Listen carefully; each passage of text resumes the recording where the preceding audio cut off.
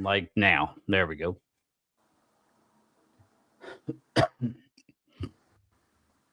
This is stat for sound. Do I need to do anything? No, you won't. Okay.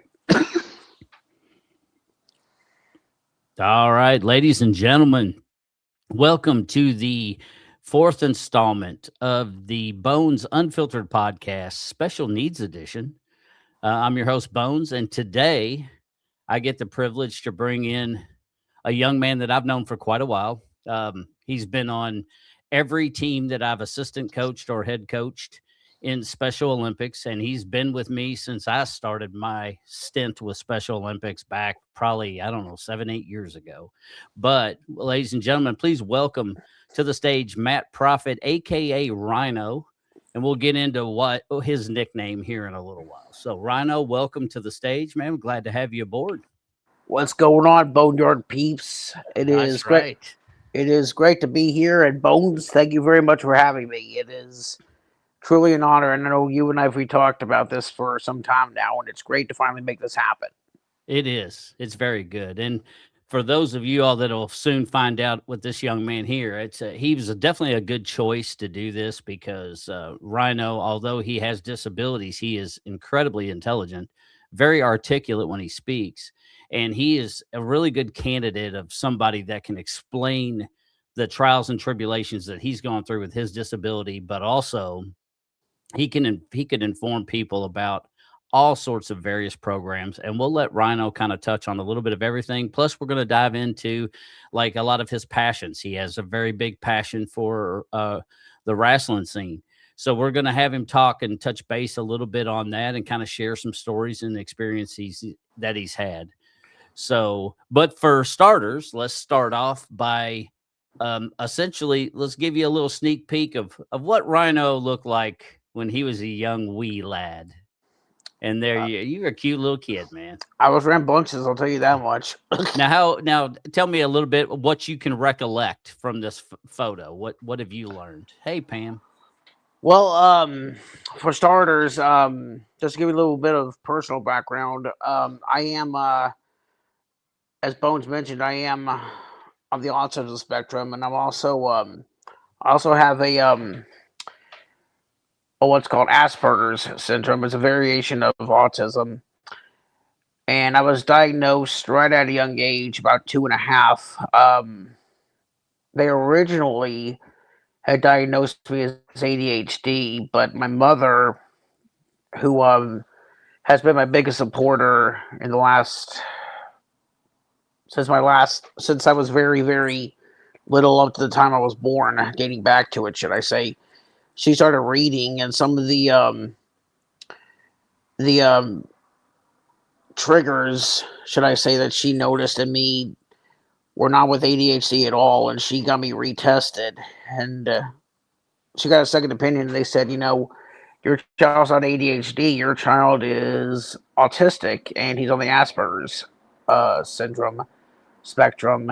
And what couple of examples on what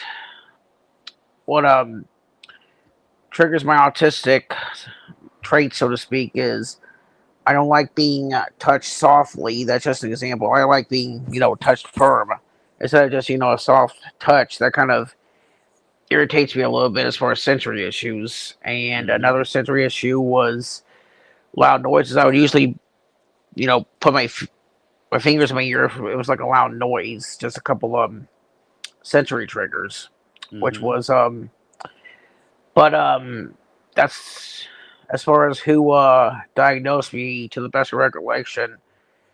It would have been downtown at downtown at Cosera, at the best of my knowledge. So okay. Now, are you still sensitive to sounds like you were before, or has that, now that you've aged, has that seemed to kind of diminish a little bit? To an extent, it has. I wouldn't say diminished, but it has improved. There's some loud noises that I have to have something with me to help sensorize. Like, for example, Thunder Over Louisville was a few weeks ago, and if anyone here has ever been to the air show up here, that happens during the day before the fireworks, those military jets, the one that the sonic booms that screech across the sky. That is one of them, and to an extent, it's anything over a certain decibel is okay. Um, but I would say, just for example, the jets, especially the sonic screaming, that is probably one of the of that level that usually irritates me. So, Yeah. but I would say it's my triggers have um improved a little bit. As far as diminished. There's some stuff that still gets to me, but not as much. So, Okay. Now, once you were diagnosed and you found out that you had Asperger's and you were on the autistic spectrum, mhm. has all your treatments and stuff been able to be done in Louisville, or have you had to go to certain areas to get or start treatments? For the most part, yes. As far as getting my medicine and all that's been done in Louisville. Hmm. But as far as I got older, give you a little bit of example. There was one time I actually had when I entered puberty. There was one time where, and I also, as far as what else I also have mental health struggles, and I'd like to get into that for just one moment, if I may. Sure, sure. Go ahead. Starting when I went through puberty. Hmm. Um, I'll never forget. It was my sophomore year of high school. Right, it was late January, early February, second semester of my sophomore year. I am also a suicide attempt survivor. I tried to kill myself and my mother. Both my mother and I, against our better judgment, she took me to the hospital, and I ended up spending a week in E Town at a behavioral place called Lincoln Trail for the youth. I was there for about a week. Got released when they said, and they knew I wouldn't um, um, go like fully go through with it. I was just saying it. Basically, I was dealing with some emotional problems. Is what I got admitted through for some depression. And Hmm. I even told him I wouldn't go through with it. So I'm spending about a week down there, about 6 days, 5 nights. Went down to Sunday, came home on a Friday, and then re-enrolled back in school. And then I also, as far as treatment for my mental health, I've currently been seeking mental health treatment at Bridgehaven Mental Health Services downtown in Louisville on South First Street, and I've been getting services down there, and I am be going on 4 years of recovery. I started seeking it down there in October 2022, and this October um, will be I will be a member down there for 4 years, and I will be 4 years of recovery. That's awesome. Now, who's this guy in this photo that you're Th- with at Bridgehaven? this gentleman that you see in the picture with me, the one in the black collar shirt with the Bridgehaven logo, is Stuart Bridgman Jr., and he is the president and the CEO. And that picture was taken a couple of weeks ago, and actually had an opportunity it'd be 2 Fridays ago this week to sit down and interview him for my YouTube channel. For my I'm also a video caster for my channel called Rhino Talk, and we talked about the importance um, of I didn't know of you were doing that. it's fun. I'll touch base on that a little bit, but I we talked Yeah, heck yeah. about the significance of what happens at Bridgehaven when people with mental health seek treatment there. We Hmm. talked about how the about what kind of groups they have, what kind of events they hold, and the success rate that the Bridgehaven members, and we don't use the term clients or patients, we use the term members because it's more inclusive, that they've had. The homeless rate amongst members has decreased 70%, and this has been since all members in Bridgehaven's history, since they were founded in 1959, homelessness amongst our members, past and present, has decreased 70%, and the incarceration rate from all members since our history has decreased 100%. We have groups there that people can see, like we've got Mind, Body, and Spirit, we got LGBTQ plus group, um, Life Over 50 plus, and we also got a newsletter group, which is one of the groups I'm actively. Nope. Rhino, I think we locked up on you. Oh Let's see if shit! we lost you. Well, there you go. I'm here. Oh, you're I'm back. here. There you Yeah, go. We had one of them technological hiccups with the I had internet most of the airwaves. internet fart. But yeah, as I was saying, Bridgehaven has just so much to offer. Like they've got events throughout the year. Like example, this Saturday they have a event from noon to 3 called the Artist Part of Healing Spring Art Show. It's open to the public. Anybody can come down. Some of our members who make art in the art program will be setting up there. I will actually be setting up my own booth there too. This will be my first time participating in this art show. However, this will not be my first art show at all. This will be my first time at Bridgehaven, but my 41st career craft show that I've taken place. And that's one thing I forgot to mention is I'm also an artist in addition to many other titles. So Yeah, and he's done a lot of stuff for our Kentucky State Fair. He's had a lot of entries. I think every year I've gone since I've known you, you've had some type of art entry in one of the different segments at the fairgrounds during our fair. it's So, mainly and he does very well. He does very well. mainly photography. Uh, Yeah. I've entered one painting, mainly photography. Like if I see something that looks, hidden or interesting or beautiful, I'll take a picture of it and then think about entering it. Like one year I took a picture. I was at the Louisville Zoo and I took a picture of a gorilla that looked like it was peering around the corner. I entered it, and out of several thousand pictures that were entered, that picture was chosen. That was one picture out of 50 that were chosen to advance to the next qualifying round. And I ended up getting an honorable mention for uh for the governor's award that year for that picture. So No, that's really cool, man. That's and really cool. and so but yeah, this is I have um I have a lot of different interests: art, YouTubing, and I'm sure as Bones has told the viewers, I'm also passionate about the professional wrestling scene.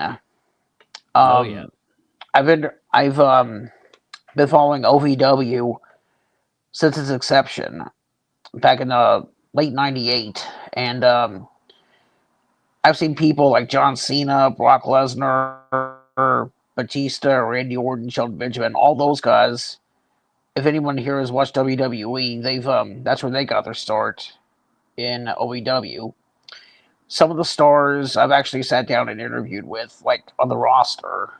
I've had Donovan Cecil on there.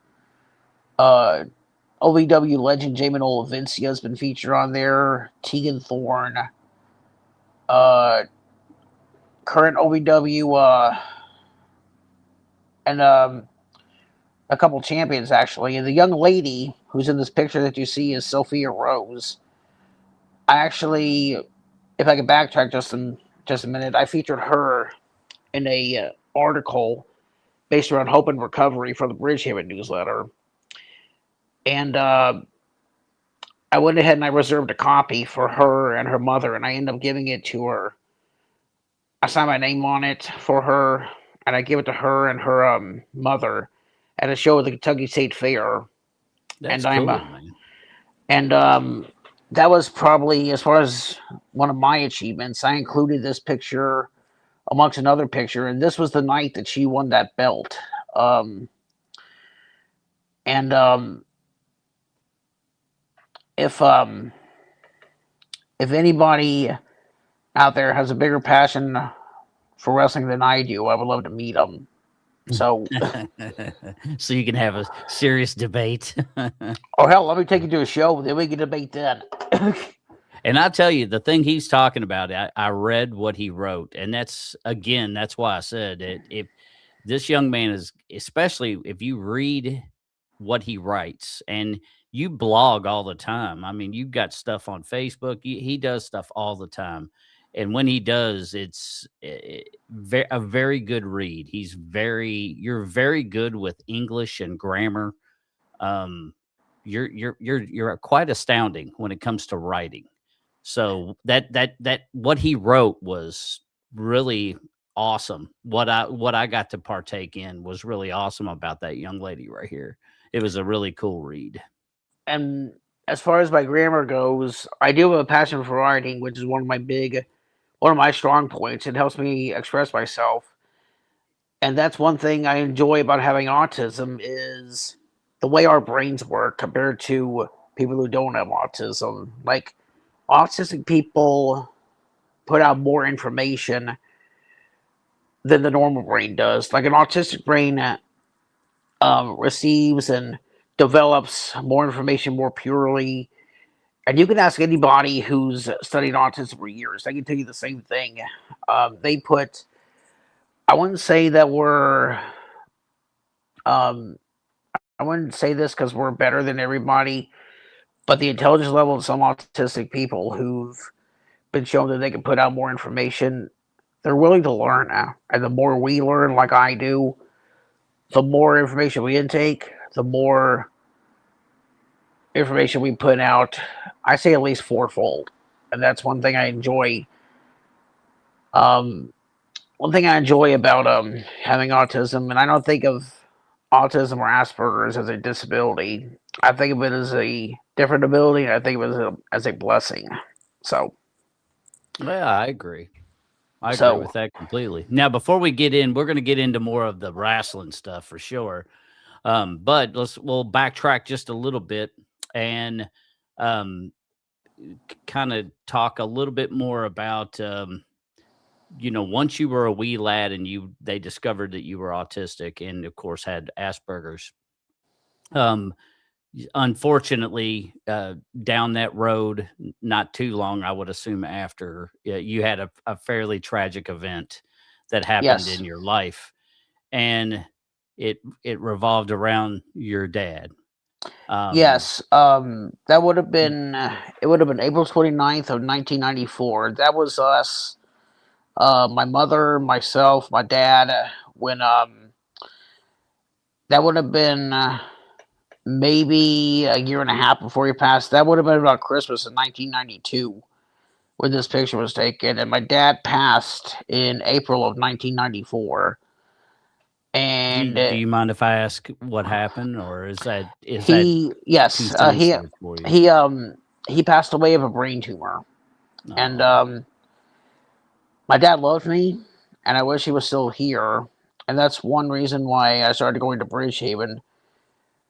Was and I have a pretty lengthy history of coping with grief, and I heard that Bridgehaven had a coping with grief and loss group, and that's why I went down there and I opened up about many of my losses, like not just my father, but grief. My grief, it can also, be cutting ties with friendship, um, ending relationships, and burning bridges with people that I thought was going very well, and I've learned some strategies to cope with all this. And one of the coping strategies I have was was to honor my dad's memory. Just name a couple. Was going by his gravesite every year on his birthday, or in the week surrounding it. And Dad died 2 months shy of what would have been his 40th birthday, and Oh, I used damn, he to. was young. He A was lot younger than I realized. that picture. Not the picture you just posted of me, him, and Mom, but there's a picture floating around out there when he's holding me when I was about 6 months old. He would have been about my age. My age when that picture was taken. He would have been maybe 2 years younger than I am now. I'm 37. He would have been about 35. But just a couple strategies I do to honor his memory is filling out a March Madness bracket every year, or going taking the day and going out and enjoying nature. Because my dad was an avid outdoorsman. He enjoyed fishing. He uh he played little league when he was up until he was about 10 or 11, and he also I'll never forget my mom telling me his favorite snack. One of his favorite snack and his favorite activity. His favorite snack was a handful of peanuts in a glass, ice cold glass bottle of RC. I'm not sure if you remember the glass bottles, but Oh yeah, I remember them. he put Absolutely. that was his favorite snack was a handful of peanuts in an ice cold bottle, a glass bottle of RC, I and then love another. RC too. It's so good. I know, especially if you've been working a lot, but Heck yeah. and then another activity that he loved was playing with water guns. And I'll never forget this memory we had. We were camping down Nolan Lake. My grandmother, which was his mom, Mhm. we got down there.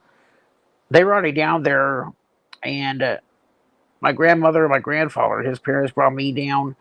My dad and my cousin had gotten some water guns. My grandmother had just gotten her hair done, and they gave me one of those little squirt pistols, and they had the big water guns, and we were shooting at each other. And like, I, I don't remember exactly who shot it. Either me, my dad, or my cousin Todd. But one of us missed, and it actually hit my grandmother right here on the side and messed up her hair. And she just got her hair done about 3 hours before we got down there. They picked me up from my grandpa's house, and we all head down there.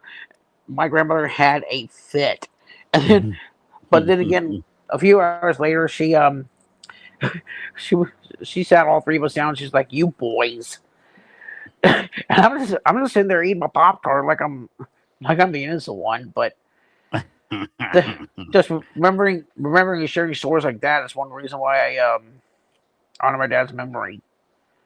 So Well, Miss Val, she says she's sorry about your dad, but Miss Val's in here watching. You have Miss Janice in here watching, and my booking agent Pam Little is in here too. So they all said hi to you. So now, hello. so after all that happened with your dad, do you think that that's because I know that you touched about suicide? We talked about it. Now, what we didn't ask because we kind of switched gears. Let's go fall back to that. When you said that you weren't going to go through with it, but what was the way? Was it mainly verbal, like that was your cry out for help, or did you actually do a mild attempt, It but was a before your mother intervened and then went on to putting you, in that place up in E Town for a week? That obviously helped, which is it good. it was a mild attempt, and partially I wanted to go through it, but verbally and mentally I didn't want to do it Yeah, because and I'm glad you didn't, because you're a and great man. to tell you the truth, I did not want. And my mom was going through enough as it was already. I know she was a single mother trying to put me through school, and she had already lost a spouse some years before that, and to look back on it, I did not want to have her deal with losing her only child as well. Because not Yeah. only if I was in someone else's shoes, I saw this. I would feel that pain because I've known parents who who buried their children way young, and Hmm. looking back now, I would not want to put my mother through that. And So I'm glad you did. Said was your did you start feeling like you wanted to commit suicide? What was that mainly revolving because of the loss of your dad, or was it kind of that and kind of your whole disability and everything, all the trials and tribulations you have gone to that point, just kind of you just got overwhelmed? Like what kind of pushed you in that direction where you started thinking those thoughts? I would say it would be a handful of everything, and plus, when I was going through puberty, that was a pretty emotional time for me because I recognized I recognize now that not only my brain was growing and I didn't really have the cognitive understanding on what was going on, Hmm. and a lot of that was when the seasons change. That's when my emotions tend to change, and Hmm. I'll be the only one to be honest with you right now. It was getting ready to be springtime in like 3 or 4 weeks after that, and the springtime, and many other people notice, is the most emotionally challenging time for me from mid March up until the week before Father's Day, because Hmm. um, that's about the time of the year, one, when I lost my dad, and two, when when I've lost the most people, and especially a couple other events that I remember that kind of trigger me. Hmm. So, and but to answer your question, it was mainly all the above, and Hmm. plus I do have some emotional problems. And since I've been seeking treatment, they've to an extent they've diminished quite a bit. To an extent, they're still there, but they're not as not as frequent as they were. Good. That makes me happy to hear. That's really good. Thank you. And to the viewers who've expressed their sympathy and their condolences, I thank you guys very much. And you know, I'll take all the prayers, vibes, and positive energy recovered as you see fit. So thank you guys very much. Heck yeah. Now, so essentially now Bridgehaven is probably that's probably the place you attend the most. And Yes. it's worked, it's done wonders for you. It's been your shining light, hadn't it? Oh, believe me, it's not just for me, but it's done wonders for everybody Yeah. that's ever stepped through those doors. I know my mother, and I'm pretty sure she's going to see this interview. She's even reached out to volunteer down there on a couple occasions. I know she's going to be volunteering for this event we got coming up, as I mentioned, on Saturday. And this as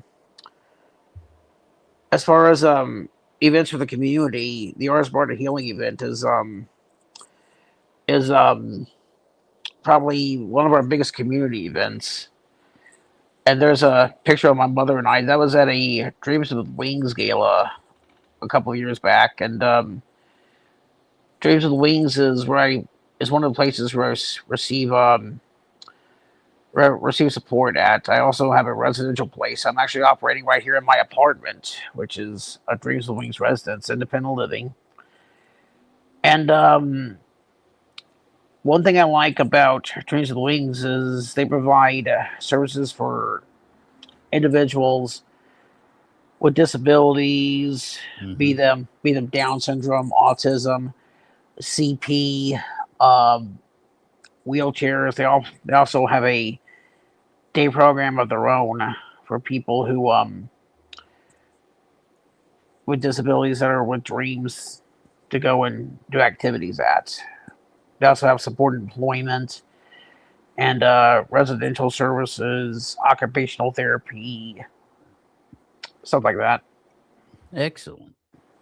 So, So now I'm going to show you just a series of like funny pictures that you're kind of with characters.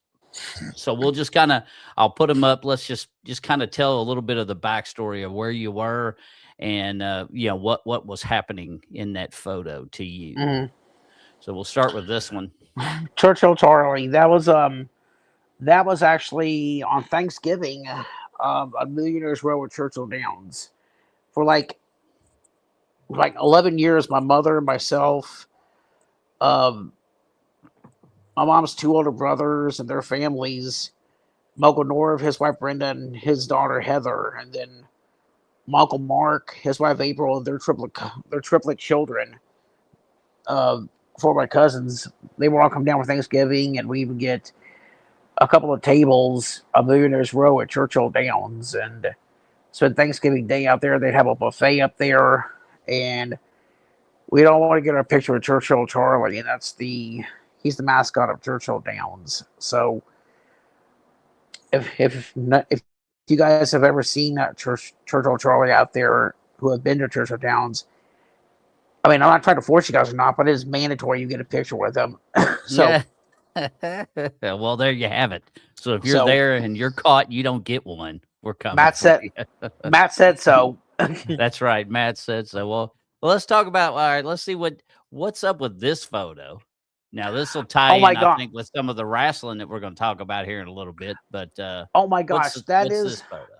That is my friend Tyler and myself. This picture was actually taken 9 years ago this week. We were in Florida, and that's when we were at a minor league baseball game in Dunedin.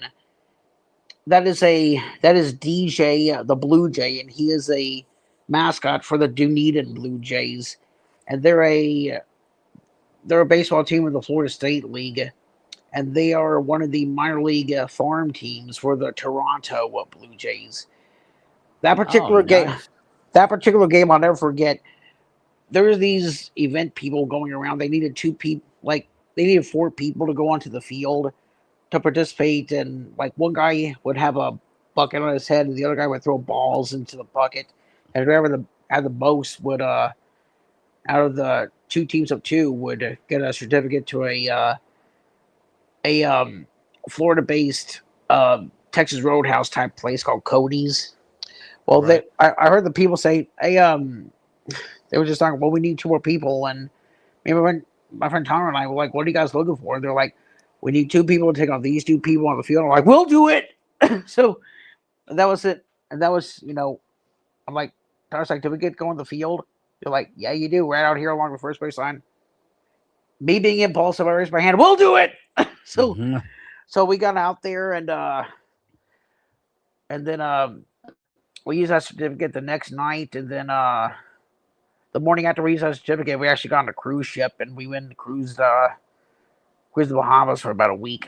So And you do a lot of cruises. You are definitely. I've never even been on one, but you've been on a bunch. I, You're like, if I ever go, I'm gonna call you and get some tips. believe me, we just went on a back in November. I just went on my 15th. Holy So crap, that's awesome, buddy. That's and then awesome. uh and then 1 year from now, in May of 2027, I'm actually going to Great Britain with my mother. So No doubt. it's going to be Now, you prob- just going to Great Britain, or is it gonna a cruise that ends up in no, this will Great be Britain? a we're flying from Louisville, and we're going to try and get to JFK in New York, and then from at least one of those airports up there, we're going to fly to Edinburgh, Scotland, and it's going to be like a bus tour. It's like a 10-day trip Nice. through Scotland, England, and we're wanting to fly home. We're hoping to get out of either London Heathrow or Liverpool Airport, so we get to That is see. gonna be a good time. I know we're gonna see. I know we're gonna see Loch Ness. Hopefully, depending on how much time we have in our itinerary, we're gonna try and get Stonehenge. That'll be cool. Uh, and I know for a fact, I actually got informed about this schedule the other day. We're gonna do a Beatles museum tour, a walking tour of a Beatles tour in Liverpool. So That'll be cool. I love traveling. So And you do a lot of traveling, which is good. I'm glad you're getting the opportunity to do that because I say, you yeah, deserve that kind of stuff, buddy. I say my favorite place to go to as far as traveling is I know you're going to show this picture, but it's obviously Disney World. So Yeah. And I do have one that I did take while he was at Disney. you didn't. Well, my mom And took he it. You let the weren't there, genie out of the bottle. I mean, he just wrecked it. It just wrecked it for everybody that day. Are you kidding? Are you kidding? Genie actually burst out of the bottle. He said, "Come on, man, let's boogie." So that was actually during a parade. I looked up. I see this blue thing there. My mom's taking a picture, and I'm out there in the middle of the parade. I'm boogie with Genie. So that's of all my Disney pictures, that one's probably my favorite one, and I love Genie. So, And but he's got a I do bunch want to on put his it in. Facebook. There was a bunch of options of Disney photos with all sorts of various characters. I mean, you name it, And and it was probably has it. I would like to put out a disclaimer: Robin Williams is the best Genie ever. Amen. Yeah, he's the best Amen. Genie ever. I thought he was an awesome Popeye too. I don't like Yes, he was. musicals, but that one was I loved it. That was my favorite. I And was obsessed with that movie. It was so good. that's one thing. That's one thing I like about Disney is one thing. One person carries the movie. The remakes they tell more of the story, but Right. Robin Williams is the best Genie ever. Sorry, Will I Smith. agree. but Yeah. He was. I have to agree. I think in one of those cartoon movies, they actually replaced Robin Williams with the guy who voiced Homer Simpson. I can't remember. I think it was the second one. There was some kind of contract dispute, but if you listen Huh. closely, you can actually hear the difference. So, of all the people I had to choose for Genie, it had to be Homer Simpson. but but I if anyone out there, if anyone out there would like to reach out to me directly, I'll be glad to give them tips on where to go to. So, Oh yeah, that's you've definitely been to Disney enough. You would be a good tour guide for I've been. sure. That song "I've Been Everywhere" by I think Yeah, it's by the John. Johnny Cash. Heck yeah, I and you have been. well, there's some places I haven't been to that I'd like to go. So I've been to a lot of places, but I haven't been everywhere, so to speak. But Right, but you're pretty damn close though. You've been a lot more places than I have. That's for sure. extremely close. So, Yeah. but Now this one he didn't have to go far because this picture's actually in Louisville. However, this little guy is kind of hidden underneath a bridge in Louisville. He's uh, a cool dude. that's actually one of my in-laws. I'll Ah, never forget. I want to give a shout out to this place, the Troll Pub, and I'm not it's a sure what the cool Trolls. place. I want to give a shout out to them if they're listening. For anyone who wants to tag them, the Troll Under the Bridge Pub, underneath Heck yeah. underneath the Clark Memorial Bridge, which is right there next to the other center off Second Street, Yep. down by the Bell Louisville Wharf. That was we were having I can't remember what the occasion was, but it was I had to get my picture with the troll. So and it was one of my friends actually saw that and he said, "Hey, were you separated at birth?" Yeah. I'm like, yeah, it was a family reunion. So, and then a funny story. The guy who was with us, I'll never forget. He looked at me while I was taking that picture. Like if my mom would have took that picture a couple of seconds later, it would show me bust out laughing because he said, "Matt, I dare you to look up into that nose and see if there's any golden nuggets in there." I'm glad I didn't do that because I would have been making some hilarious faces. So Now, so speaking of making jokes about that and all that good stuff. Now, one thing that people may be looking at and being inquisitive of is if you look at his name right there, it says Rhino. Well, it's like, well, why would they call him Rhino? So I have known Rhino now for at least 8 years, at least, if not longer. And he's always been Rhino ever since I had met him. And we're going to let him kind of tell you the story of why he became nicknamed Rhino, kind of like I'm nicknamed Bones. he got the cool nickname of Rhino, and everyone, in special, especially in Special Olympics, everyone knows exactly who Rhino is when you say his nickname. So, kind of tell everybody a little bit about how Rhino came about. Big is beautiful and big is awesome. Actually, no. That's a theory I had. Big is beautiful, big is strength, big is beautiful. But as far as how the term came around, one of the gifts I have is my I've always been known as the big brother to people, and I'll never forget one of the inspirations behind the big brother type character that I am was there was this young man I was advocating for who was younger than I am, and it all started. I think it was my junior in high school. There Hmm. was a freshman who was in one of my classes who also had special needs that I advocated for, who was a freshman. He was being picked on, and I told him, listen, I know the feeling, and if you'd like me to, I can advocate for you. And he said he said, oh, you mean like a bodyguard? And I said, yes, but and what my but as far as like instead of just being a bodyguard whipping people's butt, that's not my character. But someone to stand up for you and just go up to bat and support people and show some compassion. I'm more brains than I am brawn. It's I'll offer advice too. Like I'll offer sentiments. I'll offer wisdom, and I'll offer you know emotional and applicable support Hmm. when needed, as far as helping to resolve problems. And this young man said, so instead of like a guard dog, you'd be like a rhino bodyguard. And he that's how the nickname stuck with me ever since. And he said, and I've looked up some of the traits that of the rhino. Even though they have poor eyesight, they can also if you stand in front of if you're a rhino and you're actually standing in front of a younger, like an offspring of the rhino, the bigger ones, people tend to back down, not to have your weight challenged. But as far as my standing up for people and putting a resolution in between a problem, that's kind of what I that's kind of why I do as far as my sense of compassion. So I'm also um, I'm also known for emotional support. Like I said, it's I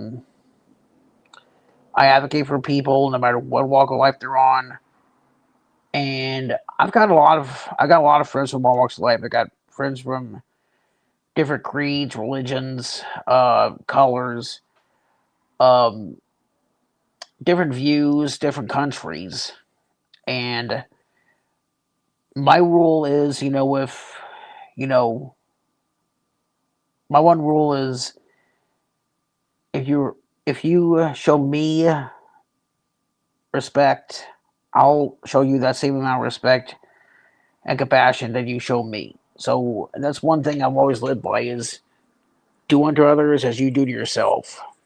And And that's a beautiful way to live, bud. the other one is, if you show kindness to everyone around you, Hmm. everyone around you will reward you with the amount of kindness twice more, or even twice more plus than you shown them. And that's one of the gifts that I have is the gift of compassion, gift of advocacy, and I've always had a passion for helping others and being kind. So, and that's one of the reasons why I'm thankful for places like Bridgehaven, organizations like Special Olympics, because and I got involved in Special Olympics at a young age. Um, Mm-hmm. I started out on a swim team when I was about 10 or 11, and that was in October of 2009 when I started. I was about 9 years old, going on 10. And here we are in May of 2026, and I've been over 25 years as a Special Olympics athlete. I've done swimming, basketball, softball. I know you coached me in a couple of these sports. Bocce. I've done soccer. There's my there's my softball team called the Southeast Angels that I know you've helped me coach, Bones. I know your son Brandon is one of my teammates, and I've also one year I did Special Olympics golf, and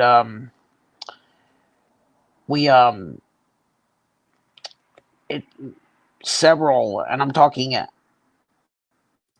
of all the people I made friends with over my lifetime, roughly half of the people I made friends with were Special Olympians. So we there's a basketball team, and there's Bones. We had to act dumb in this photo.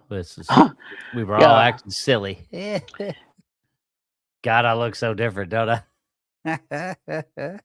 I was still working EMS, I think, when I started that. Oh, did I lose Rhino?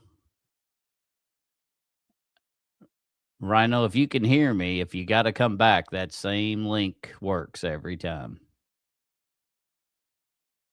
Now, guess he's out.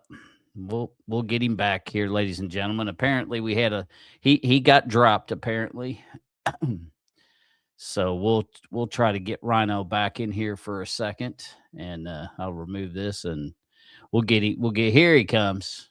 All right. so Yeah, no, you're good, and you I'm figured on it out. I'm on my phone. I had a call come in, so it was it was Oh, that's why. No, I didn't even think about that. Yeah, that's see. I wanted to sit on airplane mode, but then again, if I want to sit on airplane mode, I had to it would let me get on this because it shows like you're it off or whatever. But Oh yeah. it was Well, that's all right. one of those spam calls, and I hate dealing with those. I do too, buddy. I get them all the time. So we'll go back to now. We'll go back to this photo. This photo, obviously, we had to act silly. Everybody was at to act silly, and of course, you can Yeah, see me back there. It's clean shaven. yeah, I don't look like a homeless yeah. Jesus. So apparently, I was still working EMS And back in this photo. and I'm pretty sure if people there's me trying to put our manager Donnie in a chokehold, and right to the right of the picture, which is my left, that would be Bones' son Brandon, number 22, and there's number 15. There's Jackson leaning on Donnie like a pillow, and so and right behind me in the white undershirt, there's my friend Daniel, who I went to high school with. He was trying to give me bunny ears, so. But I'm thankful for Special Olympics, and I made friends not just help with the teams up here at Louisville, but different delegations throughout the state. So we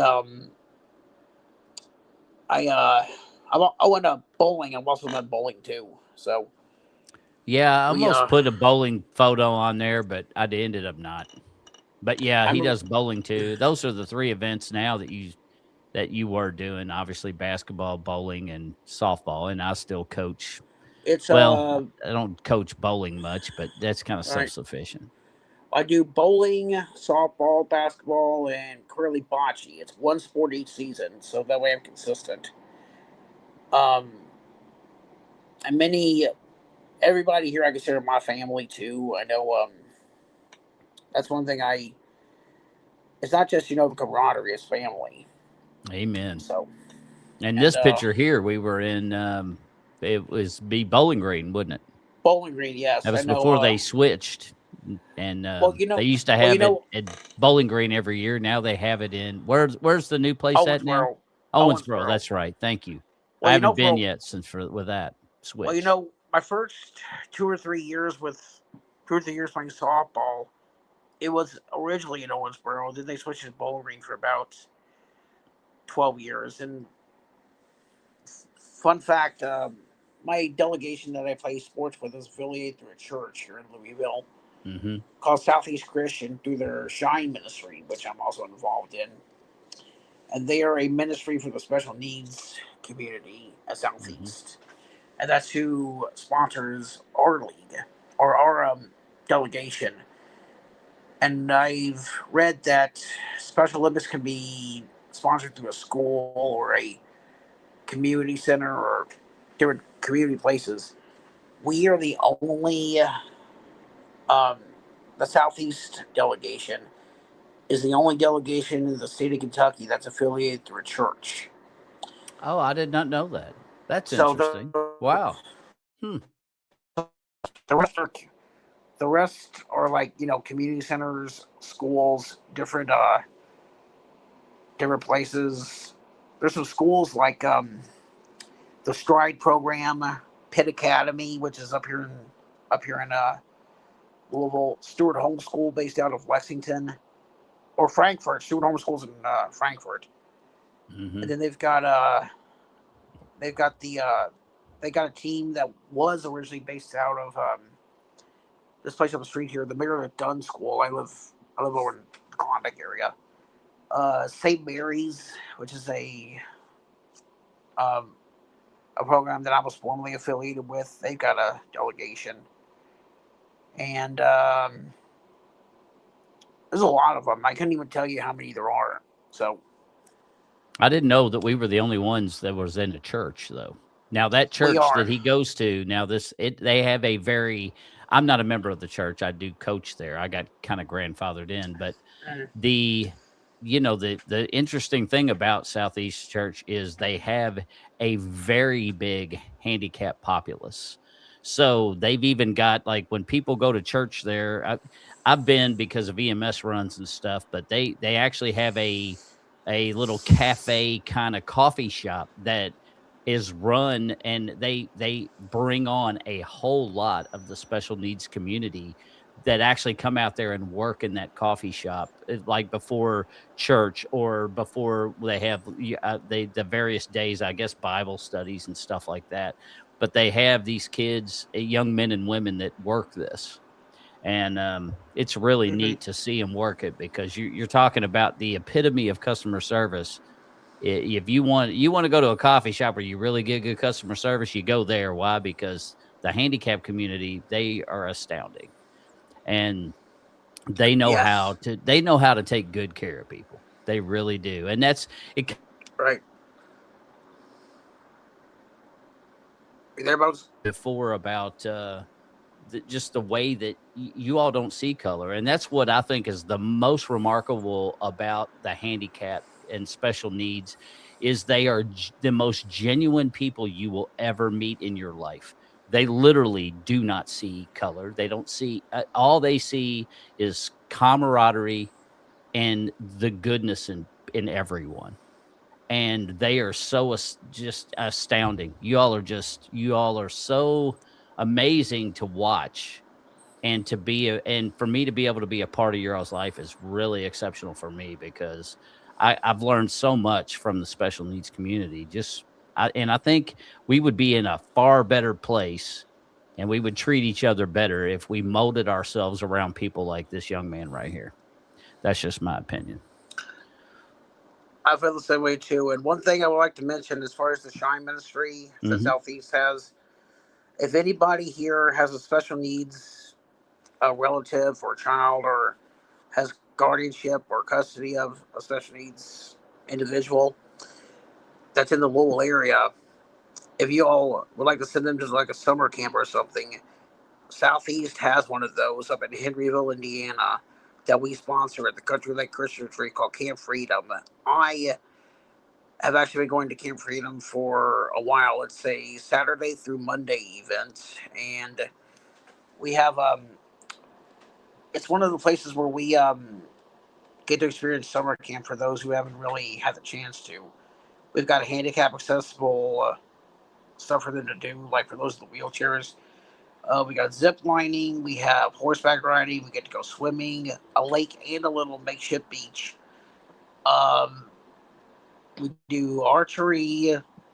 Some of us do axe throwing, and one night we get to, like on the Sunday night we're up there, we get to do like, they put you into teams and they do like a skit with your team. And we also have a worship. We have worship hour every afternoon in those days. And what they do, Hmm. as far as sleeping arrangements, they have these little buildings, and they're like makeshift college dorms. Like they have Hmm. bunk beds. They have bunk beds up there, and so if anybody, I would strongly encourage those who have anybody that has special needs that has never been to camp or a summer camp before with special needs. I would consider. I would strongly encourage those of you to look into Camp Freedom through Southeast Christian Church, or maybe even those who would like to volunteer. I would encourage those who would like to volunteer at a camp to consider volunteering, because it truly. I've had several volunteers actually tell me that was truly an eye-opening experience. Some of them even told me. Hmm. One person even said, it brought him to tears seeing every single one of these guys and girls have so much fun. And that's one of the biggest blessings in my life is sharing the world with the special needs community. So that's something to think about. Heck yeah, and he goes to every one of them, and they do dances and all that stuff. The Shine Fall Um, Festival, which originally started out as an adult prom, and I do have a picture, if I may, up here on my oh yeah, shelf. oh Yeah, yeah. Well, the that is that is actually sorry. beach night. That's actually beach night. A young lady I took on a hula night. They had it. One it used to be a it was really started out as a prom, and I remember I've been there the very first year I had it. And if I may, I'm not sure if we can zoom back out. There's a picture right Sure, here I had from the very first night. This was the first night, the very first year we had it, and I we were love the dressed in. hat. Thank you. That was actually the hat that I wore in my senior prom. The suit, however, was a rental. So, and we that's one of my favorite nights. Favorite times of the year is for people to get together and experience a dance that people don't get to experience real often. So, Heck yeah. so And it's you've definitely gone to a bunch of dances, that is for sure. Now here's another picture where you're looking kind of dapper. I'm not sure where you were going, but you look pretty dapper in that fit. You almost look a little mobbish, like you're gonna go handle some business. that So tell me about this photo. Like, where were you going? I love your fedora. Like, that tell me was a little bit about it. that this would have been at last year's at Shine Fall Festival. That cane I got on Amazon. That medal I have on my chest is my outstanding citizenship medal. I'm a through the Kentucky Colonels. I'm a colonel. That ring that you see on my finger was actually a piece of wrestling merch that my friend Jay De Niro, who's a fellow Italian, his gimmick is an Italian mob boss. He made a set of these for he made a set of like 25 of them, and I shelled out $50. I said, hey, can I purchase one? He said, yeah, sure. It costs $50. And I said, shut up and take my money, Godfather. So that was that was that was at last year's Shine Prom, or should I say, it's now the Shine Fall Festival. We changed it into a fall festival. With like festival games, dancing. Uh, it's it's something special. It got so big that they actually had to have it at that night. They had to spread it out through all the southeast locations, E Town, the Southwest. Blanket Baker was the one I go to. Um, it got so big, so popular that even I couldn't believe how big and popular this event had. So, but it was something. So it's Yeah, it's really definitely a very large church. The main campus, anyway, where he's talking it's huge. It's yeah, like it almost feels like you're going to the fair. It's so ginormous. They've got how many buildings do they got there? besides the actual church? I mean, it's that I would the say, well, gyms is huge. they got the gym, the teen center, the main tabernacle, which is connected to the event hall. I say at least four of them, and then they got the softball fields out back, and then they got an office building. So it's, I would say four, maybe five. I'll have to go back and count, but Yeah, it's huge. it's And like like you said, they've got baseball fields. They got what, one, two, three, four. three of them. Three of them. Yeah, it's about the size of a. It's about the size of the whole campus. It's about the size of a small college or a small. Well, they got It's three about the. major fields, but five total. They got the two in the Yeah, back, which are really tiny. I've never seen anybody really even use them. Not really even sure why they still have them. And then they got sand volleyball courts. yeah. They've got. I I mean, would it's a say. it's a huge place. I would say the total amount of land you can fit. You can fit Baptist goes there, and and you would still have room for one more hospital building, like the Center for Women and Children Hospital downtown. You can fit all four of those hospitals on Right. this property. That's how big. It's That's how huge. big the It's blanket. big. That's how big the Blanket Bear Conference is. The complex for southeast of the land is. That's how big it is. You can fit all four of the major hospitals on that piece of property. And no, I'm not. No, I am not being. And no, I'm Dramatic. not. I'm not being dramatic. I literally mean you could. So I'm not elaborating or anything here. You could literally fit all four of the major hospitals here Now, with what was maybe. this picture? Was this picture at Shine too? Where you're because I didn't know that you did some instruments. I am a percussionist. This one was at the Best Buddies Buddy Walk, Best Buddies of Kentucky, and my friend Michael Bush, who has Down syndrome, is in a band, and I played his band. Those are my conga drums, and I took drum lessons for about 2.5 years at Mom's Music with a young lady named Jen Yates, who was a professional women's drummer who has since gone back to touring. And so that's where I learned about drumming at. And she said she wanted to go back to touring. And then that Christmas, I got my first set of congas, which are the drums you see in that picture. Mm-hmm. And that's later that year in that spring in April, Michael's dad said, "Hey, I heard you got a drum set. I heard you've been practicing. We're adding a conga set. Could you be available to come play with us at Home of the Innocents for like a tryout here in a couple of weeks?" And I said, "Have drums, will travel." So, so I sat in with them and I went along with it. I improved. The Mm-hmm. rest is, well, that was back in 20. It would have been back in April 2015 actually, and the rest is history.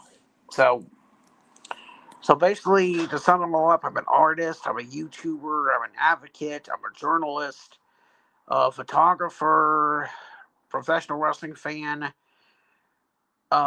advocate, big brother, literally and figuratively, great uncle. I'm a, let's just say I'm a fun uncle. I'm a, I'm an outdoorsman, a fisherman, an athlete, musician, a jack of all trades, and no gimmicks needed, no questions asked. So, Amen.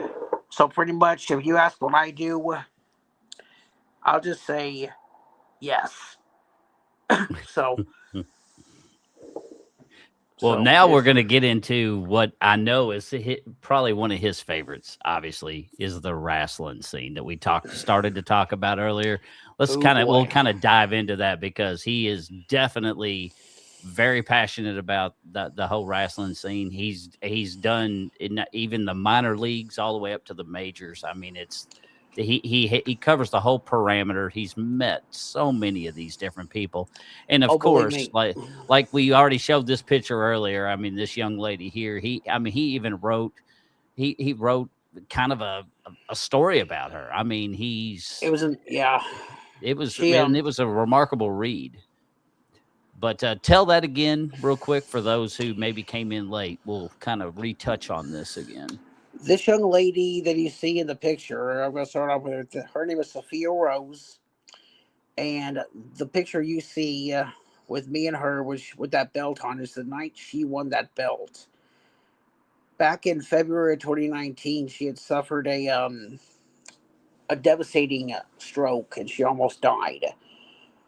Um, she During her recovery, she had to relearn everything that she already knows since birth: how to talk, how to walk, how to breathe, how to eat, how to read. Um, Basically, she had a. It was like being reborn again, and Wow. she originally wanted to be a pilot and a. Well, she had two dreams: a pilot flying airplanes, or a cheerleader for an NFL team. Well, while she was in recovery, um, her dad, who was a fan of professional wrestling, they would watch it when she was in recovery, and Mm-hmm.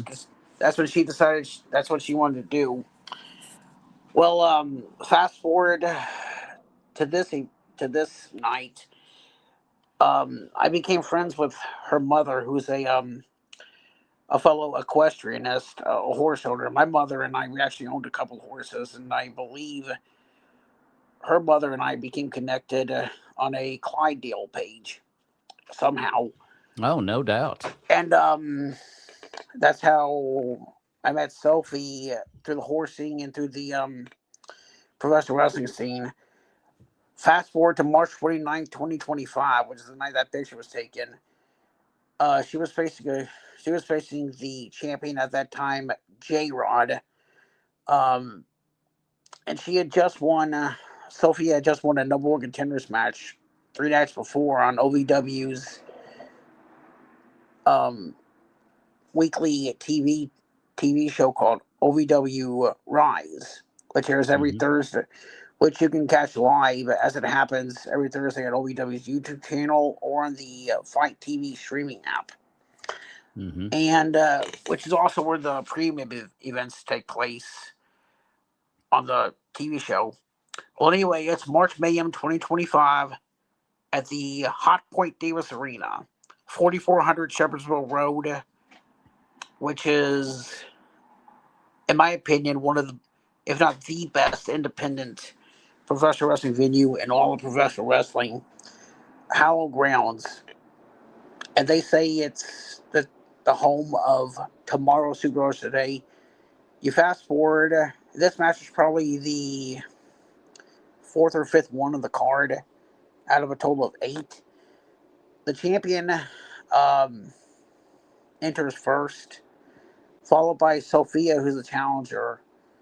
And the champion enters to a moderate response. Then Sophia's music hits, the whole place stands up, and she walks down, and you can tell everybody in the arena is solemnly behind her, wanting her to win after hearing her story. This young lady came back to life, literally worked her ass off to come back to life 6 years later, plus an 8 minutes to change the total match time. Mm-hmm. The, the match goes on, and she, the 1, 2, 3 is counted, and Sophia, oh my gosh. And I apologize if I try to get choked up here, but No, you're her, good, bud. we, there was no dry eye in the arena that night. No other match of the night that had happened or was yet to come mattered because people were obviously wanted to see her win this title, and I'm proud to say not just her, but several of the superstars I met there that I've interacted with, some of who I've interviewed, have become, that I've become aligned with and that I've become friends with. I'm proud to say that they're my heroes, my friends, my inspirations, um, and they believe because we believe, and we believe because they believe. It's and everyone I've interacted with down there, be it the fans, or the superstars, the referees, the agents. They've all been very, very polite, respectful. Um, I've even had the honor of meeting some of these stars' families, like Sophia's mom, um, Donovan, the man with Cecil, his mother, Shotgun Tony Gunn. I met his wife and his daughter, the families, um, the fans and their families. It's like a it's like we're all connected in one way or another, and for that, professional wrestling is also. I know we mentioned it's one of my passions, if not my main passion.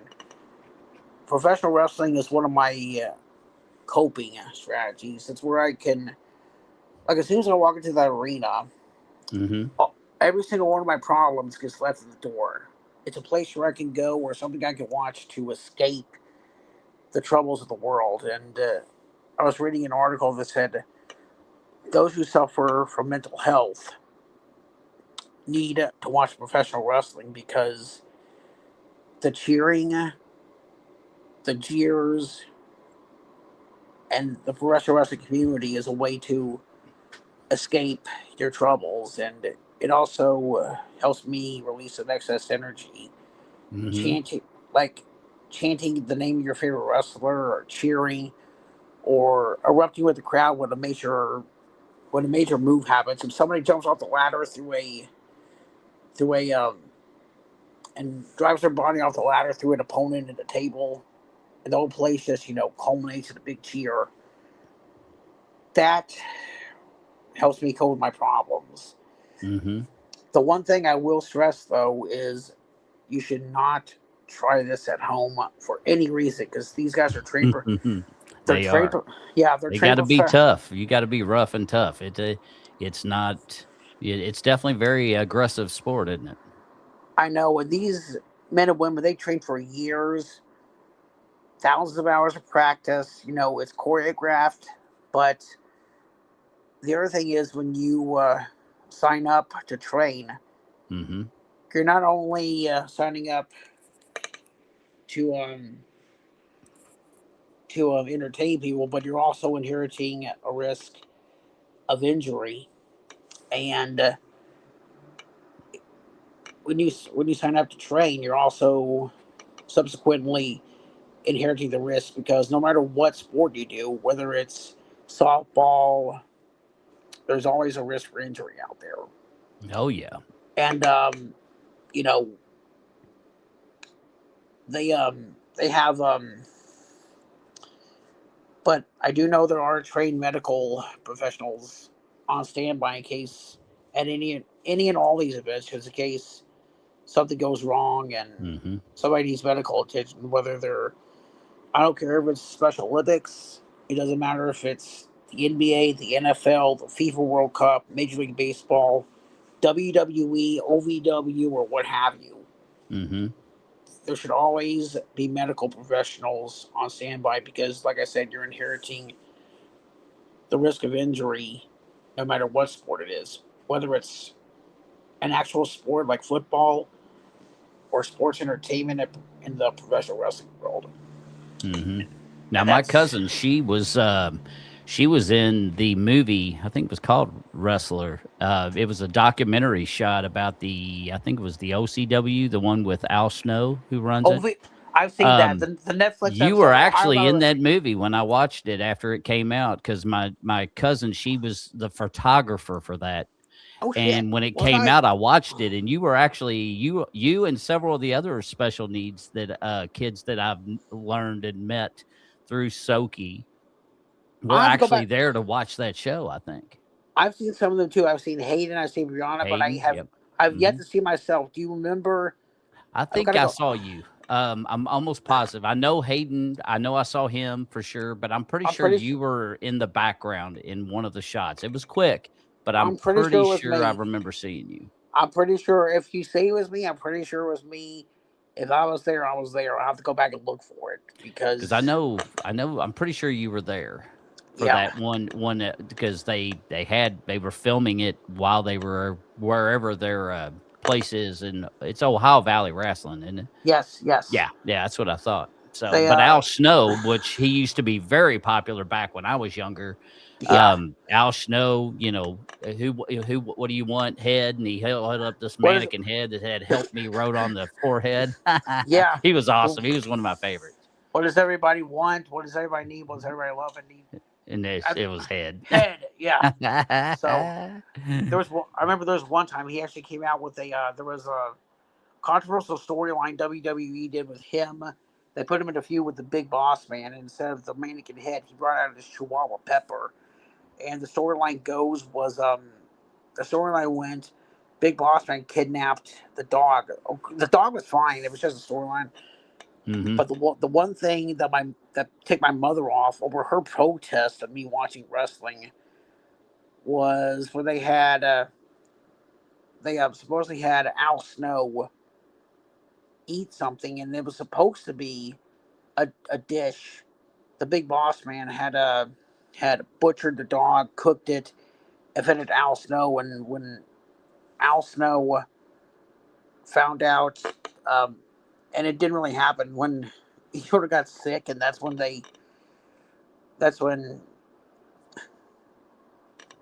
all hell broke loose backstage on camera. Right. That actually pissed off a lot of people. Like the Humane Society of the United States and a couple animal activists, they sent a bunch of obscene letters to the Oh, I WWE. bet they did. They Yeah, did I a bet they did PETA had a fit. they sent a lot of letters, like especially animal activists. They sent some obscene emails. One Mm-hmm. guy, one guy even I understand tried to march into the WWE headquarters in Stamford, Connecticut, and march directly into Vince McMahon's office because he was so pissed. I'm like, it was they in my opinion, I understand there's storylines, but that should not have happened. But it's it's um it's one of my passions was professional wrestling. But No. Oh, heck yeah. Now let me show you this photo here. This is so you obviously you're up on current events, which I'm not. yes, However, like these guys here, I remember these guys. the Four Horsemen. Yeah, That's right. I remember the Four Horsemen for sure. And sadly, Chris Benoit, the one at the bottom right corner, is yes. had passed away. Sadly, I remember that. and I remember when that story broke, and the one that's standing directly behind him is a former Chicago Bear who was on the Super Bowl championship team in 1985, Steve Mongo McMichael, and the other two on the opposite side of the picture.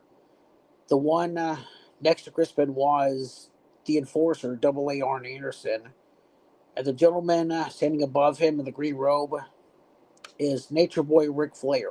that's Those right.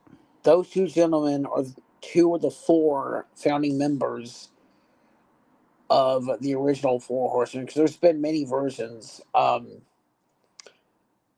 Several other members have been members of the Four Horsemen. You've had because the original four were Tully Blanchard, Arn Anderson, Ole Anderson, and Ric Flair. And then their manager was James J. Dillon. And then you had Barry Windham come through to be a member. Brian Pillman and Dean Malenko were former members of the Horsemen too. But Oh yeah, I remember. I would say And when it comes to wrestling deaths,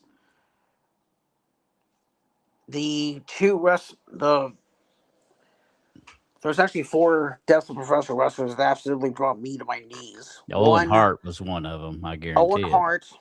That was Owen Hart. sad. Owen Hart was the very first one, and that was actually an accident.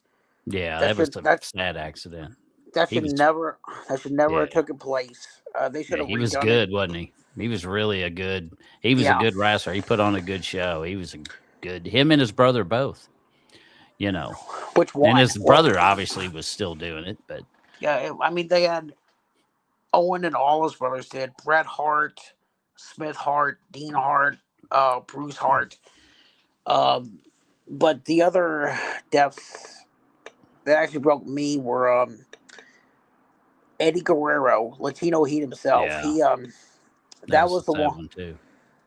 Then you had fast forward to the 2020s. Back in 2020, we had Luke Harper pass away.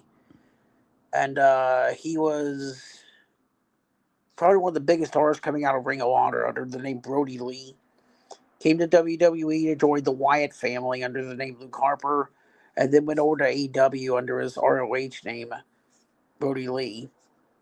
And then 2 years ago, we lost Bray Wyatt, and he was a second generation wrestler, the son of Barry Windham, who I mentioned before. And both, all four of these just shocked the wrestling world. And the other, I would say there was another wrestling death, which he was an older guy that actually brought me to tears, was Dusty Rhodes. No, and, yeah, that was a big one. And I remember using a quote of his that I did in my mental health recovery speech. When it comes to hope, that quote was, "Get a dream, hold on to it, and shoot for the sky." And that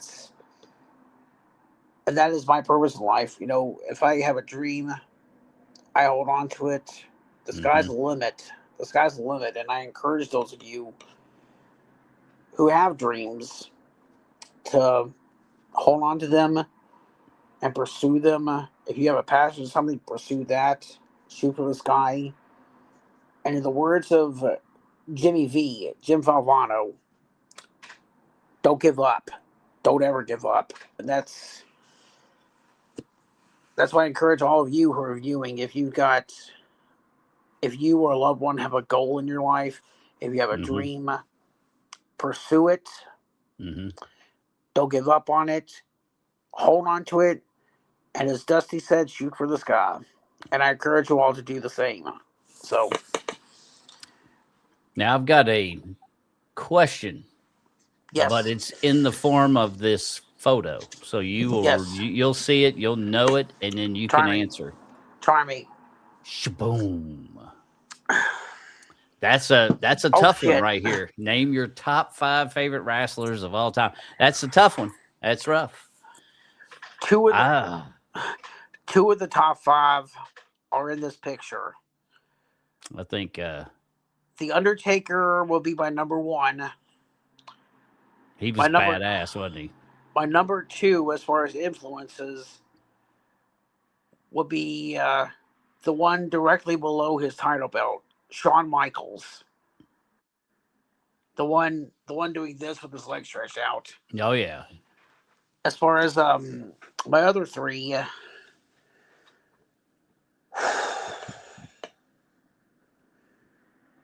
putting me on the spot, ain't you? John Cena's got to be up there.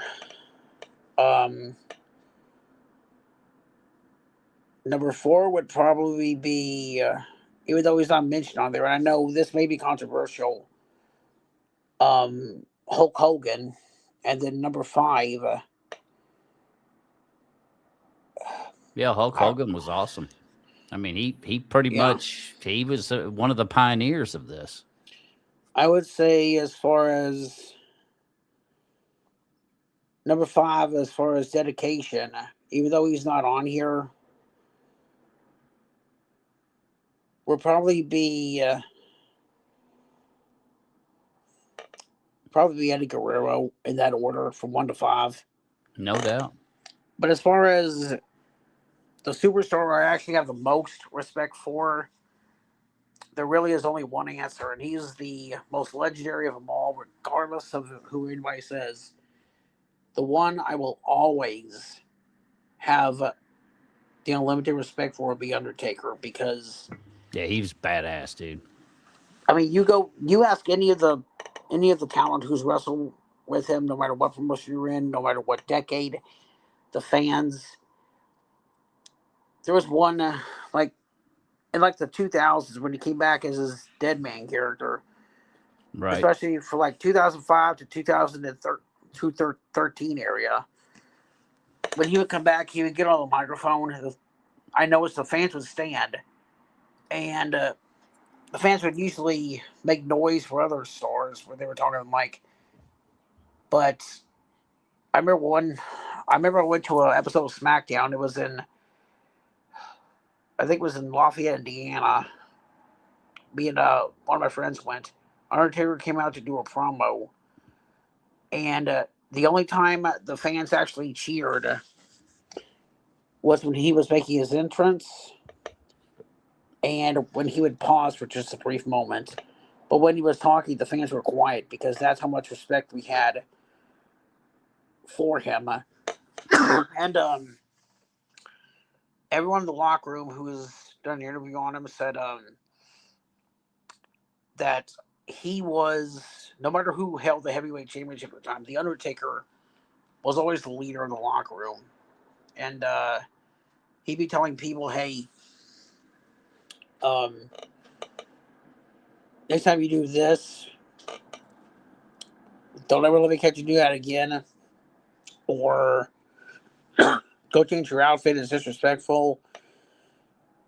And people would said, professionally and personally, you want to listen to him because the last person you would want to show any kind of disrespect to is the Undertaker, personally or professionally. Yeah, oh And yeah. it's and I fully believe it. And I've never I mean, I've met WWE stars before. I met Big Show. Now he's cool. I met And he's big. big. I He's a actually got huge there's, man. there's a picture of me somewhere with him back in I tried to 2004. look for it, but I didn't see it. Now I may have walked over it because you got so many photos, but I was trying to find it because I'd It was seen at, it before. it was at the Carl Casperato show back in 2014. Hmm. My uncle who was a street rod collector, he built a show. He built a car, and he actually got entered it in the Carl Casperato show that week with the Scar Club. He took me to the one where they had big. I didn't even care about the rest. I waited in line for about 4 hours from the time the doors opened until I got in line. Like as soon as the doors opened to meet Big Show, and I waited in line for about 4 hours in that one particular line to meet Hmm. Big Show. And I was in like the first two or three hundred people, and by the time I got up, because he was only gonna be there for like 5 hours, and by the time he got there, I looked back and I could tell a lot of these people ain't gonna get a chance to see him. He's only gonna be there for like another hour and a half. So I got my picture with him. I got to shake his hand, and let me tell you one thing: his hand literally swallowed my hand whole, and I thought I had big hands, but this Yeah, guy, he is a massive dude, man. He is huge. people said people said his people said his hands are about the size about the size of a jumbo size catcher's mitt. It's about the size of a frying pan if it's wide open like this, and it literally Golly. closed around my hand. He didn't even have to fully engulf in it; it swallowed my hand whole, and that's how big this guy is. I remember when he first debuted in WWE, 7'2", 500, and now he's gone down just a little bit. He's like he has some kind of surgery. Now he's down to like 6'10", maybe 6'11". Now he's lost all the weight. He's down to like 3 something, but just the size of these guys. Even though I'm just standing and I'm no small fry myself. I'm about 5'8" and a quarter, and I'm about Uh-oh. I'm about Nope. I 360. think you froze. There you go. There I'm you about go. three. I thought I lost you for a second. It Oh, froze sorry, up. No, it's not sorry. your fault. Technology, bud. Well, Miss Valerie, Yeah, she even mentioned Kane. Kane was, Kane. the Yeah, Undertaker, his story was really awesome. And when he was doing his documentary and stuff, he mentioned Kane and he was like, yeah. to the Undertaker, Kane was probably one of the That guys that he admired the most. At least it seemed that way through his documentary. that was one of my favorite storylines. It was as far as favorite storylines, it would have been Austin versus Vince McMahon, Undertaker versus Kane, Eddie Guerrero versus Rey Mysterio, Hmm. Daniel Bryan, Triple H, and then back in the Attitude Era when D Generation X invaded WCW. Oh I'll never yeah, I forget. remember that. I'll never forget. It was a Monday Night Raw. It was a Monday night, and both shows were taking place in Virginia. One was taking place in Richmond. The Monday Night Raw was in Richmond, Virginia, and on that exact same night, WCW Monday Nitro was taking place just up the road in Norfolk, Virginia. D Generation X with Triple H, China, the New Age Outlaws, and X-Pac. They decided to hijack a military jeep and invade WCW's turf. And they're going into Norfolk Scope, and they just had to. That pissed a lot of people at Ted Turner's company off. God rest his soul. And apparently, Turner Broadcasting sent WWE a letter. So what the hell did you guys do? But And that's another bad loss was China. She passed away too. She passed away very young. yeah, there's a lot of the women wrestlers. They get enough respect now, but they need more of it. And I'm glad they're starting to get more inclusive. But I'd say you asked me what I named my top five males, but I'd say my top five women's wrestlers. Oh yeah, I didn't ask that. Number one would be Trish Stratus. Number Hmm. two would be number one. Number two are actually close. Number one would be Trish Stratus. Number two would be Lita. China will be number three. Number four would be AJ Lee, and number five would be Sable. Yeah, I loved And Sable.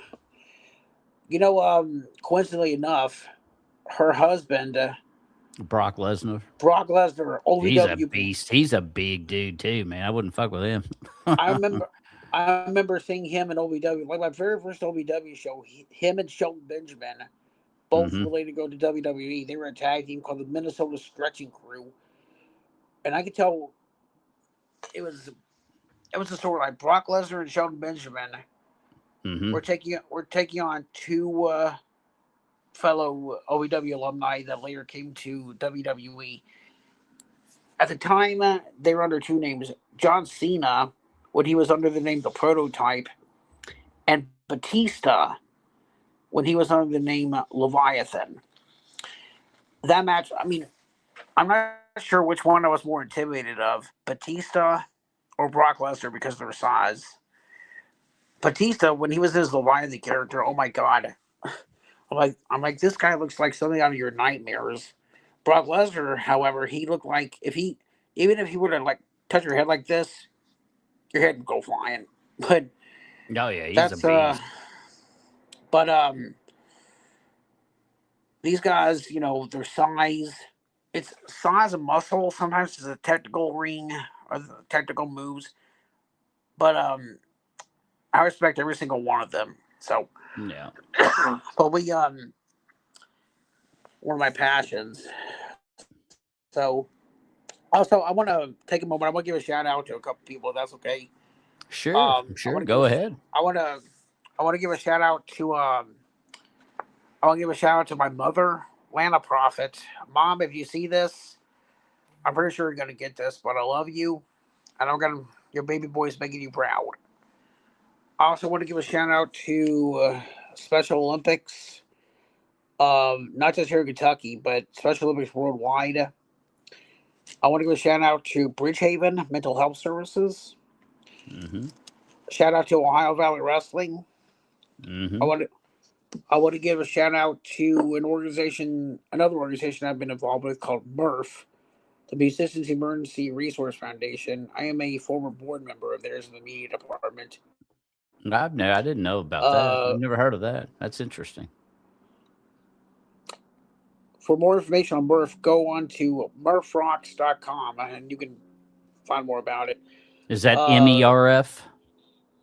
MERF. Hmm. Um, and Mercurio's Music and Resto Bar, formerly Pizza Place Hikes Point. I want to give them a shout out with Matt Mercurio, Tony Mercurio's cousin, actually. He owns that bar. Uh, Mom's Music Store, Jen Yates, Mark Maxwell, the Louisville Crashers, and Maxwell's House of Music. So some of these guys I'm affiliated with. Well, heck yeah, buddy. So, and then one more shout out if I wish to, if I may, Sure, Southeast go ahead. Southeast Christian Church, the Shrine Ministry. Mm-hmm. If you guys, like I said, if you guys have anybody in the Louisville area with a disability that would like to have some fun activities, if anybody here has someone that has a disability that's not involved with Special Olympics yet, I strongly consider you looking at Southeast because we're more family orientated than other teams that do it that are more just for competition. So Mm-hmm. you'll never find a greater group of people who treat each other with the most compassion and sportsmanship that we do.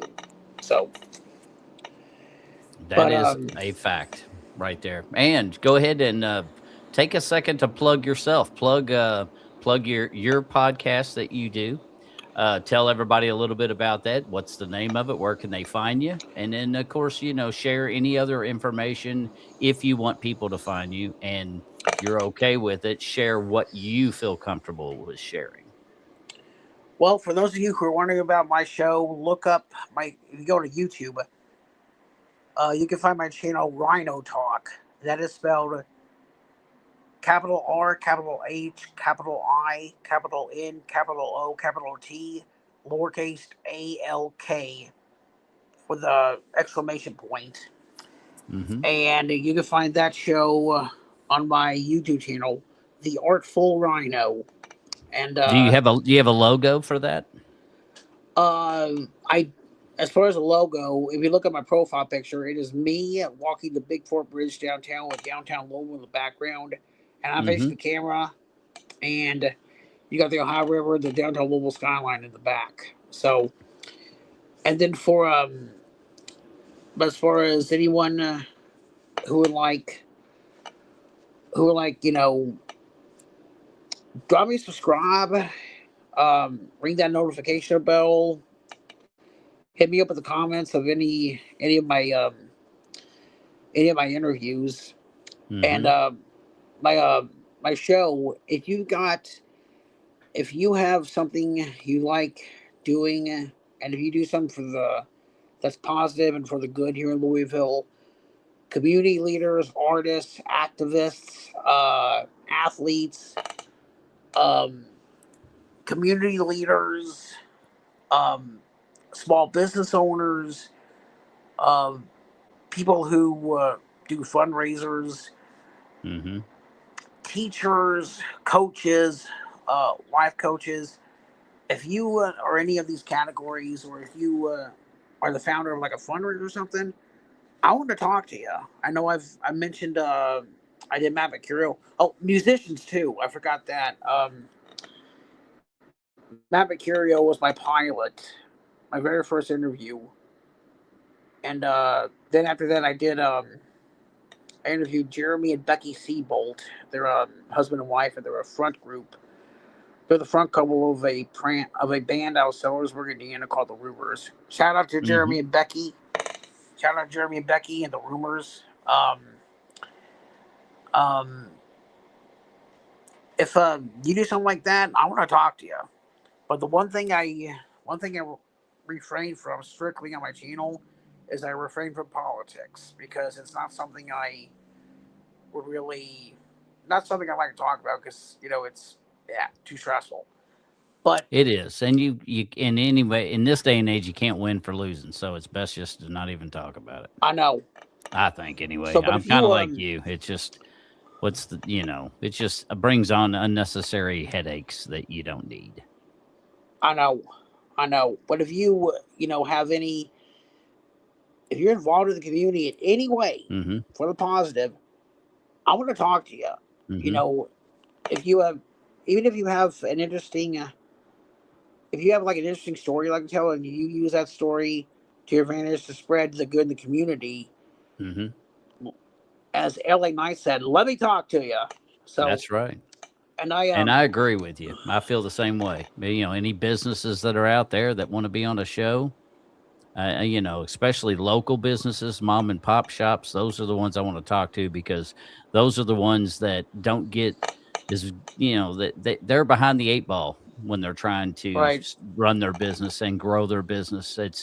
It's hard when you're in competition with these global conglomerates like Walmarts and yeah, Targets and all that stuff that have, a plethora of stores all across the United States. It's very hard to yeah. compete with that. So I definitely am kind of like you.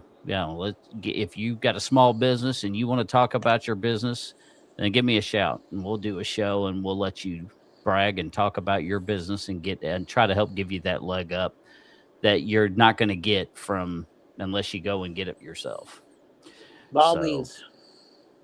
but I'm so glad that you wanted to do this, bud. And you were definitely one of them that was on my list when I thought about this because you're very articulate when you speak. You are very informative, and since you have that, you are fortunate enough you have that ability. Um, this made you a really good candidate to do this. So I'm really blessed to know you, and I'm really glad that you wanted to be on my show. And I'm proud of all the accomplishments you've done since I've been with you through basketball, softball. I mean, bowling, all of these things. Like when I started with you years and years ago, there was a whole lot of adversity we had to go through and grow and become better at these sports. And you have shown consistent improvement all the way up to now. So I'm glad that you're on my team. I'm glad that I get to know you the way that I do. So I'm very The feeling blessed is to have mutual, you on this Bones. show, buddy. I love you, man. I love you a lot. Look, the You- feeling is mutual. you're a stellar dude, man. Stellar. So there I you have it, appreciate that. folks. I guess we can get ready to wrap this up. But again, Rhino's got his own talk, Rhino Talk. Search for it on YouTube, like he said. One You word. can check him out on Facebook and all that good stuff. Um, and he's just an all around good dude. Shout out to Bridgehaven because Bridgehaven does great work, and this young man right here is he's a prime example of how good they do. So I'm glad that Bridgehaven existed for you. Even that place that you talked about, which I didn't know about until we did this show, but when you went for that week, um, Lincoln Trail. Lincoln Trail up in E Town, because of the Yes. whole suicidal thoughts or ideations and stuff like that. They do obviously great work too because Yes. that week that he spent there is after that you haven't had any issues with or thoughts of No. wanting to harm yourself, and I'm glad that you don't because No. the world needs you in it. So checking out early would do the world an injustice. So you Yeah. bring very good positive vibes to people, and this world needs positivity. So I'm glad that Indeed. you got help. So I'm proud of you. I didn't know that story. Bye, Val. Thanks for stopping in, honey. Um, but tip my hat off to Val. Val's a lady that is in every show that I do. She is very supportive, and she's very interactive, and I like that about her. But also shout out to Wolf from Wolf Bear Records and Podcast. She's probably doing something else at the moment, but she dropped in to say hi too, and she's a good friend, and she's got a good show to people to check out if they will so want to. So, but other than that, thanks for Pamela Little dropping in, Miss Janice Schmidt for dropping in. I greatly appreciate Miss Janice. I just met her not too long back, but she has been incredibly supportive since I've met her. So, and just to let you know, you can find his video. It will be on my YouTube. I'm at Bones 42323 on YouTube. This was also broadcast on my Facebook business page, which is Bones Enterprises LLC. Period. That's my Facebook page. This was broadcast live on that as well as YouTube. And lastly, we were also live on Kick, which I don't have a huge following yet on Kick, but apparently Kick was pretty popular, and it also allows me to kind of hit some of the younger crowd as well. So, and I think the younger crowd there may be some people out there that would benefit from hearing stories and I from people have like yourself that have gone through such adversities and I have no stuff. idea. I have no idea what kick is. I've heard some people talk about it. I need to look that It's up and kind of see like what this is. Twitch, but it's another version of I kind of like Twitch. I don't have. Oh, you I don't don't have. even know Twitch? I'm No, surprised, man. My old ass knows something you don't know. I'm not. But I'm not that. I'm not that too familiar with online. I mean, Twitch and Kick are kind of gaming platforms.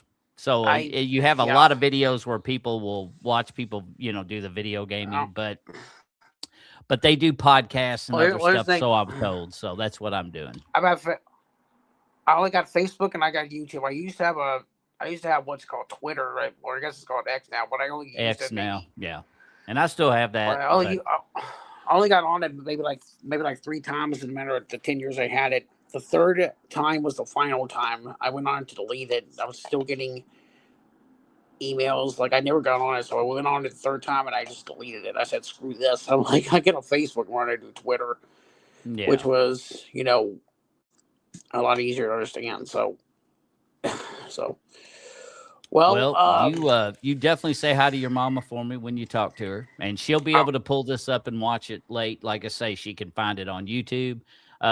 The emblem, obviously, you know what my logo looks like, but also above your head, I don't know if you can see it, I can but see it. It's for a all of those there, that is the new logo that I came up with for my special needs version of this podcast. So if you're not into music, but you still are very into hearing people like Matt here talk about the trials and tribulations of their life, then you look for that logo because all of that is special needs edition of the podcast. And that's where you'll find people like Matt and can be inspired by his story and of everything he's come by gone and through. listen to us.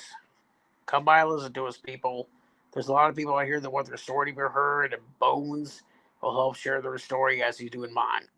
That's So, what I'm trying to do, buddy. And I'm so glad to have you on here, bud. And I know I won't see you Sunday because you're going to be right, gone. I know this Sunday you won't be at practice, but I I will look forward to be seeing everybody else at practice on Sunday. I will be at OVW's Davis Arena watching some of the guys and girls down there. I'm going to be watching some slamming and banging. That's going to So, be a good time. And so then I've got vacation that's in the pipelines coming up. So do you. So it looks can like I come too? we've got everything. Well, I have to sneak you in a suitcase or something. Yeah, awesome. Well, All everybody, right, bud. I guess that wraps up for us. Everybody, be safe. Bones, you take care. Thank you very much for having me on. And Cheers, buddy. this is uh, this is the Rhino, the art for Rhino, saying, "Horns up, show up. Horns out, show out." So That's right, baby. You heard it here, straight from Rhino himself. straight Thanks from the again, horn. Rhino. I Thank you, appreciate Bones. it. I appreciate Always you having on the show, buddy. I love you very much, man. And love you thanks too, brother. everybody for tuning in and listening to his story. It will eventually be uploaded to Buzzsprout. I kind of got month limitations, so I'm playing catch up, but it won't be long. I would imagine his show will eventually air on Spotify, Apple Podcasts, Amazon, all of those good things. Plus, there's like 12 others I've never even heard of. He's going to be on all of those podcasting platforms as well, but it will probably be in June when that drops. So be on the lookout. Sometime in June, your episode will be uploaded to all that, and then people that have Spotify could listen to you if they're driving in the car. They could listen to your story. Awesome. So, all right. Well, again, Rhino power. there it is. There's the Rhino. Gotta love it. Love the Mm. nickname. It fits you. You're the only Rhino I care to know, and I love you to death, buddy. Thanks, Bones. Appreciate it. All right, ladies and gentlemen. Well, that's going to be a wrap. Thanks again for tuning into Bones Unfiltered Podcast, the special needs edition featuring my boy here, Rhino. And definitely give likes and give follows to his podcast, my podcast. You already know where it is. It doesn't cost anything to give likes and follows and subscribes. Please click those buttons because all of those clicks and help us grow numbers and help us reach other people. And that way we can reach people that may be interested in stories of the special needs, because I know there's got to be people like me. That's why I wanted to do a special needs podcast, is because these men and women that are in my life through Special Olympics are very remarkable, outstanding people. And uh, Spread it. they Spread don't that get to word. tell their stories. And I think people need to hear that, or at least people that are curious and want to hear it. You got people like Matt here who can articulate that quite well. Spread the word So like wildfire, baby. That's what you gotta that's do. right, brother. Spread the word like wildfire. That's right. So until we meet again, this is Bones saying farewell. Be good or be good at it. And there's Rhino. This He's is the saying Rhino goodbye. saying hashtag be kind. Hashtag love y'all. That's right. And that's a Awesome. wrap. Peace out, everybody. Peace out. Rhino, thanks again, buddy.